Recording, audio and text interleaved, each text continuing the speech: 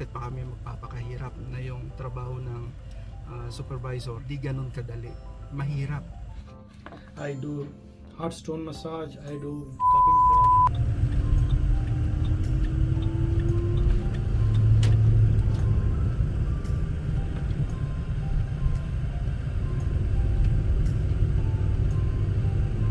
Hello mga ka-viewers. Good afternoon ka muna. Good afternoon mga ka-viewers.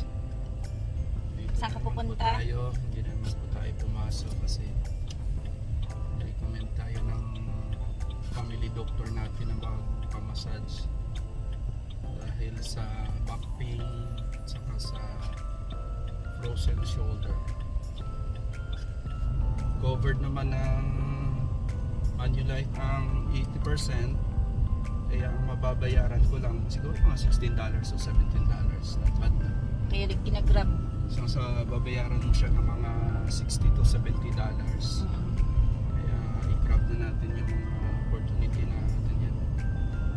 Ang massage namin dito ay isa sa mga benefits namin dito yan. Buong family yan. Oo, maganda. Covered. Pwede kami magpamasahe ni Denise. Yung sa dental naman nila, ibang company na naman yung may hawak nun. Bali, itong masahe, Manulife. Yeah, this month may ano din kami, schedule din kami para sa dental.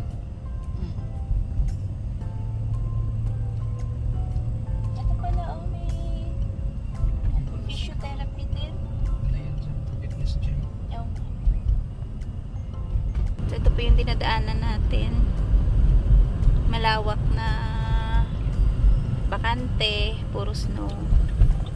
Ba't parang manipis dito yung snow? Ba't dun sa atin sa bandang ano, banda sa atin parang makapal? Open field din naman eh.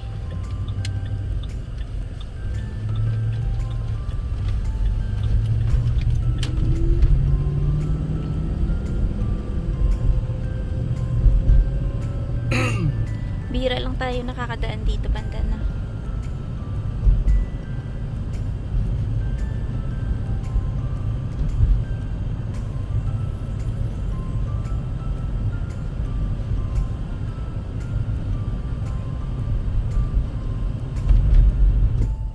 Ay, salamat pala sa mga viewers namin na na-appreciate yung kahit kwentuhan lang.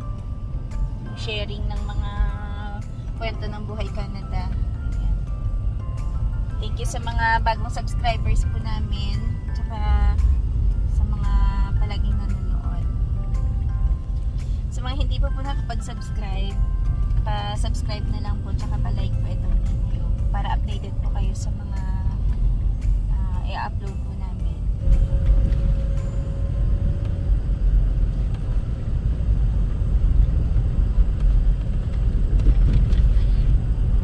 Ito po yung south area ng Regina.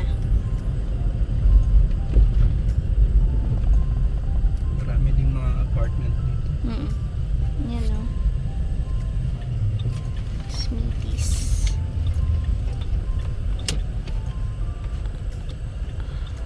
Saan kayo papasok? Adine? Sa Golden Mile? Doon tayo sa Golden Mile. 5 yung schedule. Ano ba yan? Golden Mile... Ano ba yan pa? Mall? 5 o'clock kasi yung schedule niya. At tabi lang pala na pizza-pizza. Bang! Bang! Bang! Meron. Smithies. Saan po si Papa? Diyan sa Golden Mile. Diyan ba yung Papas or BC? Papasok. Wait. Ah, mag-antay sila. Dadaan tayo. Charot. Dito po kami sa Golden Mile. Furnace, medyo malamig oh.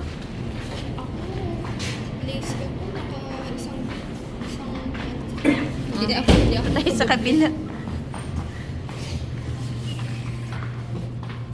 Dito ba yung sinihan, Papa? Iba? Yan ba yun? Instant massage? Pwede pala kami dito ni Denise sa labas lang eh. Nga. Dito na lang. Oo nga. Yan, dito naman.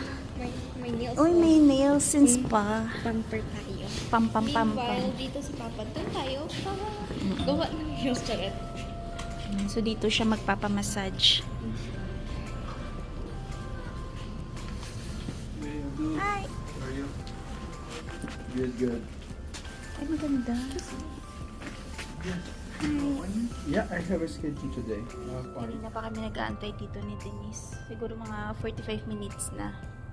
Pero kung mapapansin niyo, wala masyadong tao, di ba? Ayan o. Doon sa kabila, merong Smithies doon na restaurant. Ito yung RBC. Doon sa restaurant, medyo maraming nagpupuntahan. Pero dito banda, dito sa instant massage, meron naman pa ilan-ilan. Tapos dito sa nail and spa, parang wala man lang no? Walang nagpapa-spa dito. Hi! Yes, how are you? Good! Yeah. How are you? It's my I'm wife. good. Yeah. Yeah. Thank you so Okay, much. you can invite them, Abdul. Yeah, you can say anything you want. Yeah, hi, hello guys. Yeah, if you have any kind of musculoskeletal pathologies due to chronic stress at your work, please come to Instant Massage Therapy Clinic.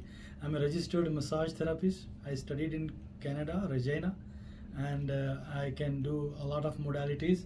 Like, for example, I have deep tissue myofascial release, and I do heart stone massage. I do cupping therapy. I also do lymphatic drainage and thigh massage. I have certificate from all these modalities, and I also do TMJ massage for the TMJ dysfunction. Awesome. Okay, so Okay. have fun, and Okay. whenever you have any kind of in your body pain, please come to Instant Massage Therapist. You can, will be giving proper assessment before the treatment. Okay. You can give your number? Yeah, Or- my number is 306-807-2012. Okay. Have a good day, guys. Thanks. Amazing. Thank you, Yeah. Abdul. Bye-bye. Thank you. Okay. So, ayan po. Pagka kailangan nyo ng magpamasahe dito sa Regina, punta lang kayo dito sa instant massage. Tapos, ito pala yung number niya. Ayan, ito po yung number nila. Saka ito na rin yung mga schedule. Ayan yung schedule. So, yan. Kamusta yung masahe sa'yo? Galing. Galing. So, what can be Ba? done? Hindi first time ko sa kanya kasi Anong actually nakaraan? sa kay Buong Suarez ako. Okay. Sa kababayan nating Filipino din dito. Since na wala siya, June pa siya babalik. Kaya siya nagmasahe sa akin. Oo nga. So, i-try po nyo dyan pagka nangangailangan kayo ng magmamasahe kasi meron din dyan Pinoy kaso lang ngayon wala pa siyang schedule ngayon, diba? June pa siya babalik. Kapakasyon siya. Nakabakasyon. Ayan. Hindi ko lang. At saka bawal na sa akin yung Alin? yung mga malalamig. Tsaka kailangan to bandula. Malalamig na? Bandula. Pagkain. Pagkain? Mumin. Lahat. Oh. Osteoarthritis. Arthritis. Sabi Okay. niya, Mahilig ka pa man sa malamig. hindi naman. Hindi nga ako Ako- nagsusoft drinks, hindi nga ako kita mo tea at saka kape nga ako. Kaya Ako lang, kasi. siyempre pag may tubig ka sa Nagsusunod. lalamig at lalamig talaga. It's good party. Saan tayo? The near. Ewan ko sa inyo. The near. So, ito, malapit lang po sila dito sa Superstore. Ayun, oh. Yung ano ko. Superstore. Uy, dalian mo kasi para hindi ka ma-expose sa lamig. Lamig!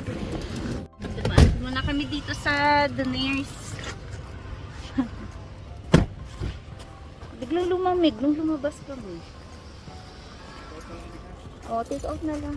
Wow! Hi! Ano sa'yo, Beng? Sarap. Kay Papa yan, tapos dito sa'yo. Yan, for me, chicken, pineapples, black olives. You want lettuce? What's called it? No, yeah, lettuce please.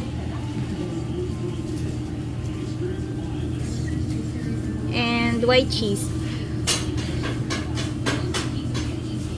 Thank you. Same sauce. Thank you.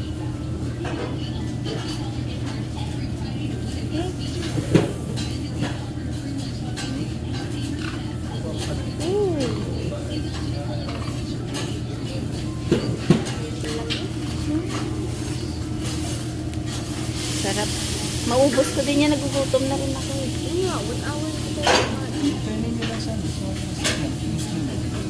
Ayan. Ito na po yung chicken. Ayan sa kanya. Beef, chicken beef kay Papa. Lamb.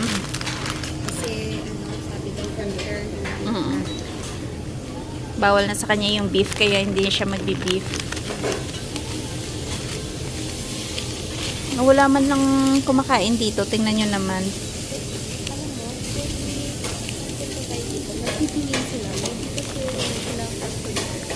Oh. Hindi, may mga customers yan sila, Beng, sa ano, mga online. Online orders. Itong tatlo po, 39. So, 13 isa. Oo, kasi pagka, ano ata, Sunday tsaka Tuesday ata yun, yung 50% off. So, parang, ay, Tuesday ba? Sa ibang araw. Ibang araw yung naka-sale sila. Wednesday ata pa, tsaka Sunday pa. Ano ba yan? Basta may araw sila na nagbibigay sila ng discount. Parang 50% off. So dahil gutom kami, tinodo na namin. Sa bahay na lang kami kakain dahil medyo messy kasi, 'di ba? May mga sauce tapos may mga gulay. Ha? Oo. Doon na lang kami kakain and then doon na rin si Dadong magkukwento about sa ano, yung itutuloy lang niya. Yung kadugtong ng yung video namin kahapon about sa bakit hindi siya lumipat ng posisyon sa trabaho niya. Ano lang, maiksing video lang to.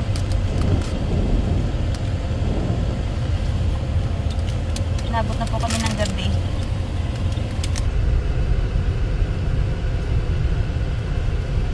Ang dami talaga mga apartment dito na. Paupahan lang.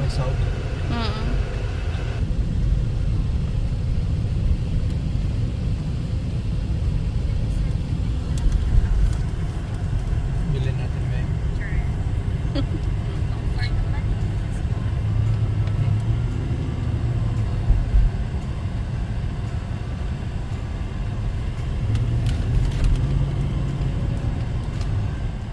Uy, nag-i-snow. Hello mga ka-viewers. Welcome back po sa aming channel. Welcome back. Dito kami galing sa Kuya Wayne store. Nagpadala lang. Medyo malaki yung palitan ngayon. 41 something. Kano yun? Bumaba nga daw sabi nila yun.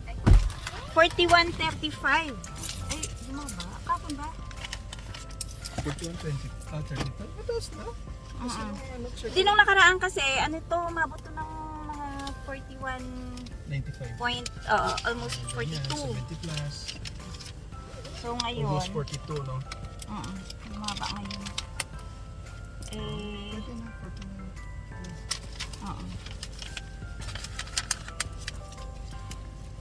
Sa mga viewers namin, maraming salamat sa palaging panonood ng mga videos po namin. Tsaka sa Init ba? medyo mainit. Sa mga hindi pa po nakapag-subscribe, pa-like and pa-subscribe na lang po sa aming channel. So ayan po, nag-i-snow na naman tayo ngayon. Balik linis lang natin ng daan, mga walkway, mga nakaraang araw. So ngayon, medyo natatambakan na naman. Pero tingin ko hindi naman siguro ganun kakapal to. Kasi medyo warm ngayon eh, minus 17 na yung feel. Kagabi po pala, hindi na ni Dadong na tuloy yung kwento niya about sa bakit hindi ka lumipat ng position Papa. Tapusin mo muna ngayon para ano, tapusin mo muna ngayon para makagawa na naman tayo ng panibagong video, 'di ba? Kasi may nag-aantay yung si Kids Channel. Dahil parating nga siya dito para magkaroon daw siya ng idea bakit yun nga hindi ka lumipat ng posisyon. Ano ba yung busy yan kakabukas ng tamarind niya? Hindi, alam nyo guys, kahit na karamihan sa amin, hindi naman humahangad ng Mataas na posisyon. mataas na posisyon kasi Beng, you want? Tingnan ako isa. Ayan. Pasensya na po kung makain muna kami ng tamarind. Ay, Sa sarap. araw pa po kasi ito namin gusto. Sarap din. Sampalok. Baka mag-give, baka matapon Ay, ito na. yung sampalok na walang asim. Ang sweet.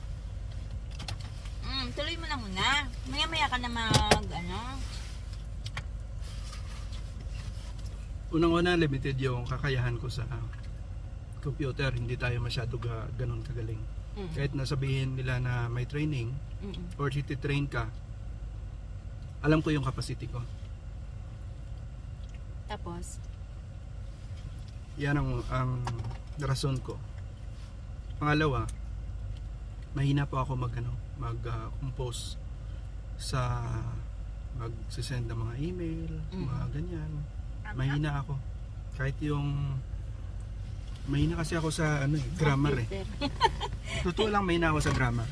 Honest. pero yun nga sabi nila about dun sa kung kailangan talagang magaling ba dapat mag-English dito. Hindi naman ganun ka-importante talaga na kailangan mong magaling sa grammar, magaling, pahinaan mo unti pa mainit. Pero kung pagdating naman sa communication sa mga foreigner, hindi naman kailangan na ganito ka kagaling. Ang kailangan lang dito, marunong ka daw magsalita or magsabi kung ano yung gusto mong sabihin, tsaka marunong ka rin umintindi kung ano yung gustong sabihin ng kausap mo or At saka dito, ng employer yung mo. Supervisory dito, hindi katulad sa atin na talagang pag sinabi mo na supervisor ako, hindi gano'n. Na yun lang yung gagawin mo. Kailangan marami ka rin gagawin. Tapos ang sahod hindi naman gano'n kalaki yan. Konti lang din naman ang lamang nila sa amin. Ang kagandahan lang sa kanila, since na management sila, siguro confidential, may mga yan sila, may mga extra bonuses or ano pa man, kumbaga union kami, kaya iba ang sahod nila.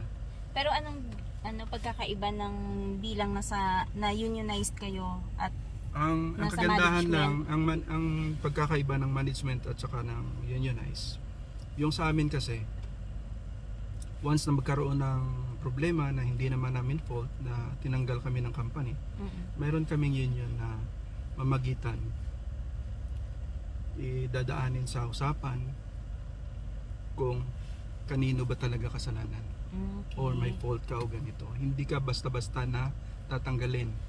Unlike sa management, pag sinabi ng management sa iyo na ayoko na sa iyo, bukas huwag ka na mag-report. Matik yun. Ganon sila dito. Ganon ka strict. Pag sinabi na hindi ka na papasok bukas, huwag ka nang pumasok. Ganon dito, kapag tinanggal ka, tanggal ka. Ganon sa lahat na company.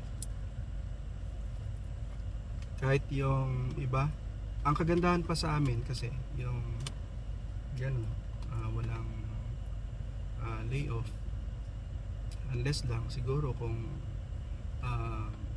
worst ang kasalanan mo na nagawa or doon nila tatanggalin, doon kanila tatanggalin. Kaya isa din yan sa mga sa kinonsidera ko, kasi mahina kasi ako sa computer. Pero pagdating naman sa technical na mga trabaho, wala akong doubt sa sarili ko. 100% bibigay ko sa iyo yung best ko. Ganun ako kasi sa Pinas, kasi ganun na talaga yung trabaho ko. Kahit nasabihin na natin na sa Pinas na nag-acting supervisor din naman ako, pero hindi ko ginrab kasi yan nga, sabi ko mahina ako sa system. Pero pagdating sa mga technical na mga trabaho, doon bumilib ang boss ko sa akin. Kasi ang boss ko dati mga Singaporean eh. Singaporean, Malaysian. Yun. Sumasama ako sa kanila sa mga pag may trabaho, may exhibit kami sa ibalik ko lang yung ano ko. Yung dati mong experience, ganyan. Na sumasama ako sa kanila sa World Trade, kung alam niyo yung World Trade Center natin. Doon kami nag-exhibit. Ako yung kasama nila ng mga Malaysian at saka Singaporean na yan. Isa ako doon sa mga nagma-mock up kasi tiles ang trabaho namin eh. Nagde-design kami kung ano ang mix and match na dapat pwede ipakita sa mga client or sa mga suppliers ng mga tiles din na para mag-order sa amin.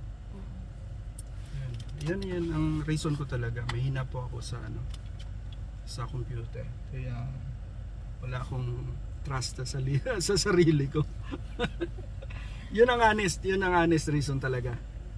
Pero nakikita mo yung mga nag-visor ngayon, ayaw mo din naman talaga eh. Oo. Pero Ayaw ano talaga naman, niya hindi maging naman dahil ako kahit sa mga kasamahan ko, Oo, maraming mga professionals, mga kasamahan ko Na dati sa Pinas. galing sa ibang bansa din Oo. na magagaling. Hindi lang ang mga background talaga nila yung engineer, teacher, kung ano pa. Talagang may knowledge sila. Pero since kasi ito yung trabaho namin, parang napakadali sa amin. Nagamay nyo na. Konti lang naman ang diferensya ng sahod. Bakit pa kami magpapakahirap na yung trabaho ng supervisor? Hindi ganun kadali. Mahirap. Tsaka minsan pa palang papansin ko na sabi Mahirap maghawak ng tao. Oo nga. Dahil nga hindi mo lahat mapapasunod ang Tama. Nasa baba mo. Mahirap kontrolin. Mahirap kontrolin. Yan ang sinasabi ko. Kaya ang pinili na lang namin, karamihan talaga sa amin, ganun. Oo nga, no? Karamihan talaga sa amin. Siguro sa ilang hundreds na yun, ilang supervisor lang na Pilipino ang lumabas. Oo na. Konti Doon lang lang. kayo sa dati At saka yung pwesto na. Tsaka karamihan mga baguhan pa. Yung mga supervisors dito. Pero kaming mga luma na, siguro ilan lang ang supervisors. Ganun. So nakikita ninyo na mas okay yung position mo ngayon. Okay naman kasi since na senior kami at saka alam na namin ikilos yung trabaho namin. Hindi kami nahihirapan at saka hindi rin sila nahihirapan. Kumbaga ganun. Saka pag sa oras ng minsan may mga dapat gawin na medyo mahirap, kailangan talaga ng supervisor na makiusap sa mga Tao niya. sa mga downline niya na baka pwede ganito kasi hindi mo naman pwede na gawin mo nito, bawal yan dito, supervisor ako, gawin mo yan, never nangyayari yan dito. Hindi yan ganun kadali. So paano yung pagbaba niya ng utos sa mga tao? Ano ang lang? Kung ano lang yung task na... Siyempre kung ano lang yung sa book, yun ang inaano nila. Kung ano lang yung sa book, yun ang ano nila. Kung baga ang alam naman nila basta hindi harmful sa'yo or hindi dangerous yung pinapagawa sa'yo, pwede nila pagawa sa'yo. Ganun. Kahit sa mga McDo, makikita nyo, kahit hindi McDo, kahit saan, basta supervisors, nagtatrabaho sila. Hindi sila yung nakaupo lang. Parang naging all around mo, ayun mo. Oo, nagsaserve sila, nag-ano sila. Talagang ano sila, multitasking sila. Pinifeel nila kung sino kung aling department halimbawa, yung walang tagagawa, sila yung nagpupunta doon para gawin yung trabaho. Sa amin kasi kapag yung since nakikita naman namin na bakit pa kami lilipat kasi napakadali naman ang trabaho at saka konti lang naman ang diferensya ng sahod. Tulad kasi sa amin na daily routine na namin yung trabaho namin. Hindi na namin kailangan magtanong pa sa supervisor ano bang gagawin namin, Hinahayaan na lang kayo? Oo. Yung sa amin kasi ano lang naman loading, siyempre pagbigay sa amin ng paperworks, alam na namin kung ano ang ikilos namin. And Kaya takbo muna tayo. ganun kadali ang trabaho namin.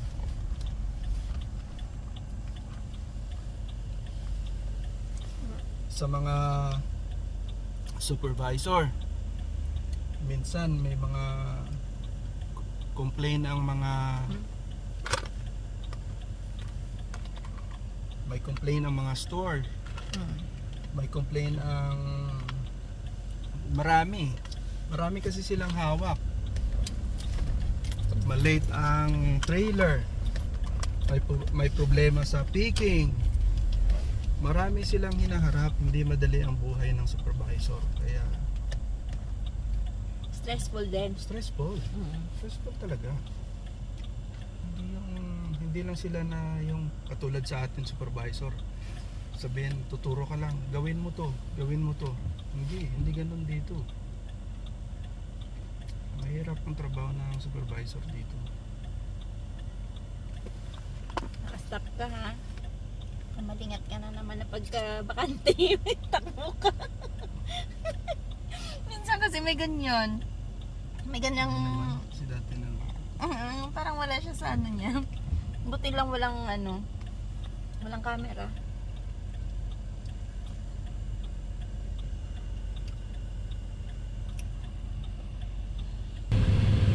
Ang daming sasakyan, no? Puro jeep. Ford.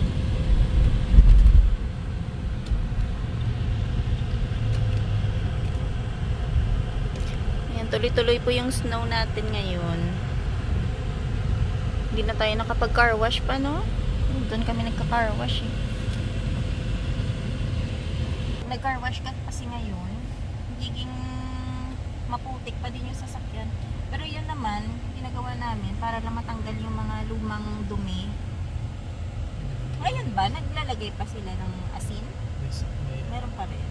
suot kasama na Oo, kasi para daw matanggal Sand. yung asin na may halong sand na mga nakadikit na sa dumi ng sasakyan. So nagkukos kasi yun ng yung rust. Kalawang.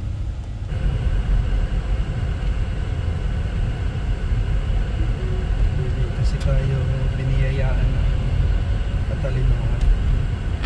Hindi rin. Hindi rin na doon kasi hindi lang ka talaga nag-aral ng maayos. Hindi tayo matalino pagdating sa Technology. sa aralin. Hindi. Pasaway kasi to. Nag-ano ka, diba? Cutting classes kasi tayo Nagka-cutting lagi. classes kasi to. Tapos ang tawag doon, balikbayan. Tawag nila balikbayan. Yung umulit ba? Balik Victorian tayo. Balik Victorian daw. Bakit ka nga ba pa nakabalik ng ano nga yun? Nalimutan ko na tuloy. Bumalik ka ng isang diba, taon? O isang taon nga lang ba? Nagiging irregular na. Bakit nga? Naging irregular? Ay pagka kasi to nanonood ng sine ata mag-isa. Tuwing umaga lang kasi yung klase ko. Usapon wala na. Kaya yun. Balik Victorian. Partida kung talaga nag-aral pa to ng maayos siguro, hindi lang ganito yung naabot mo. Ay hindi ako nagsisi ah. So parang ano pa yon? Hindi ako nagsisi. Parang ito Kasi talaga kung yung hindi- para sa'yo? Kung hindi naman dahil sa kaalaman ko sa warehouse, hindi naman siguro ako napunta dito. Oo. Di ba?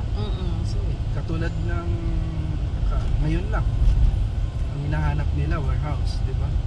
Maraming mga nag-apply na iba ang qualification, hindi matatanggap kasi nga warehouse ang hinahanap. Kaya salamat na rin ako.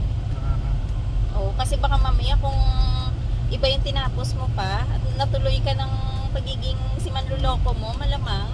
Malamang hindi pa tayo nagkita. Oo nga. Wala si Bingbing. Mm-mm. Beng! Malamang palutang-lutang to yung si Dadong sa palayan. Bakit nag-ring road tayo? pa? Dito yung ring road. Ay, oo nga pala. Tingnan natin yung ring road namin. Kaya tinawag ko na ring road. Kasi Pabilog. paikot. Ito yung mga ano nila, daanan Siya sa highway. para i-connect nila sa main road. Kaputang highway doon. Oh. Kaso lang kasi, syempre pag dito na sa ring road, 100 na yung takbo. Ay, natatakot ako pag dumaan ng ring road eh. May camera pa dyan.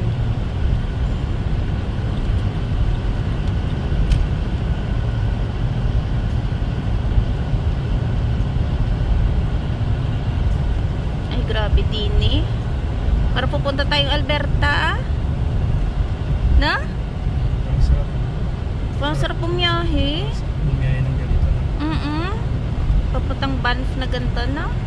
Hindi natin na-experience yung snow doon. December. Punta tayo doon. Kasi punta tayo lang. Ang ganda yung may kasama tayo. Mahirap bumiyahe na tayo lang. Sama yung...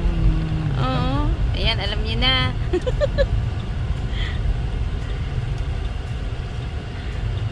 Ang paglabas naman dito, 70 na lang.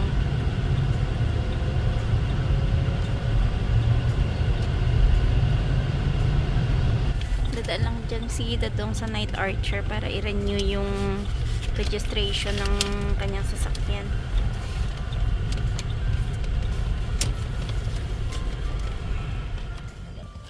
Yung annual registration niya, $68. Annual insurance premium, $1,065. Insurance discount, $171. Malaki yung discount mo. PST niya sa insurance, $53.64. So, yung total niya for the whole year, $1,015 and 64 cents. So, yung monthly payment po niya, $88 lahat. So, yun yung registration and insurance na nitong sasakyan. Bali, yung sasakyan niya kasi is 2008 pa to. So, may luma na rin. Pero...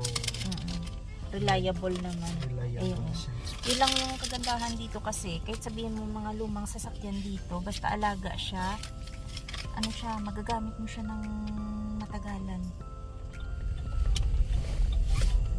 Hindi ko alam yun. Diba? Ito yung nag-choose. Kakasya ka ba dyan, Papa? Hindi marunong kasi Oh my goodness. Uy, panila ko dumasagot ka tayo mo sa piyak.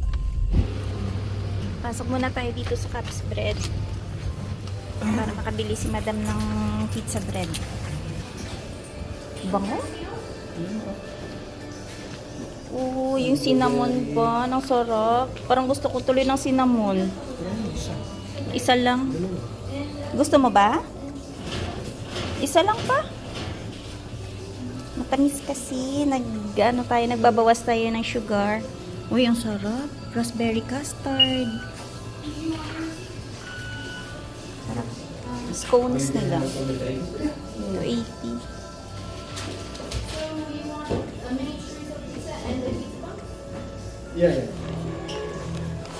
Meron silang pizza dough. Ayan o. 2 piraso, $6.65. Mini pizza naman, $3.55. Oh, lagyan mo na lang ng sauce tsaka toppings. Ito, thanks. Yeah. Hanggang dito na lang po yung aming video for today. Maraming salamat sa palaging panonood. At ingat-ingat. Bye-bye. Beng! Bye! Bye! Kasi kakain na siya ng kanyang tinapay. Uwi na po kami. Ayan, ang daming GMC dito. Panay truck.